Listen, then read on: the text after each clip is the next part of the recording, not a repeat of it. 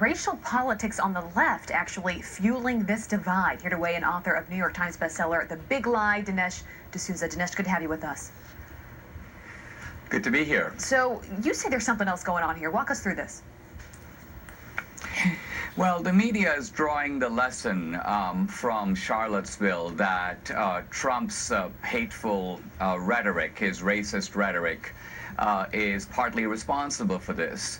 And Trump is accused of being like Hitler, making a kind of a racist attack on immigrants. Now, the key point is that for Trump, the distinction is between legal immigrants and illegals. And this is not a racial distinction at all. Remember, the vast majority of legal immigrants to America today are non-white.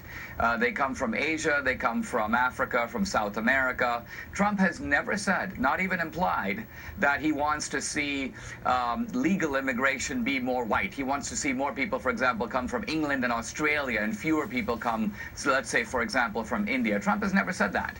On the other side of the aisle, if you think of Hitler, Hitler wasn't even talking about immigrants. The Jews in Germany were German citizens. And so for Hitler, the distinction was inside of Germany between what he considered to be the superior Nordics and the sort of inferior Jews. And so there's simply no valid analogy here between Trump and Hitler on this racial point at all. Dinesh, a lot of his critics will also say that when he talks about America first or Americanism, that's a dog whistle for white nationalism. What he really means is white people. Well, what's your take on that?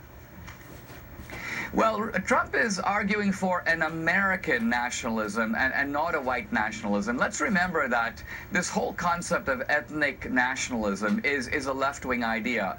The Democratic Party invented white nationalism, and the Democratic Party invented black nationalism. Now, interestingly, today, the way that the progressive Democrats have constructed their sort of multicultural totem pole, they encourage every form of ethnic nationalism except white nationalism. And so they encourage black nationalism and Hispanic nationalism, Asian nationalism, but somehow the white guy is not welcome at the multicultural picnic. This, I think, actually explains why these white nationalists, who really belong in the Democratic Party, are in a sense politically homeless, because if they show up at the multicultural picnic, they're Satan.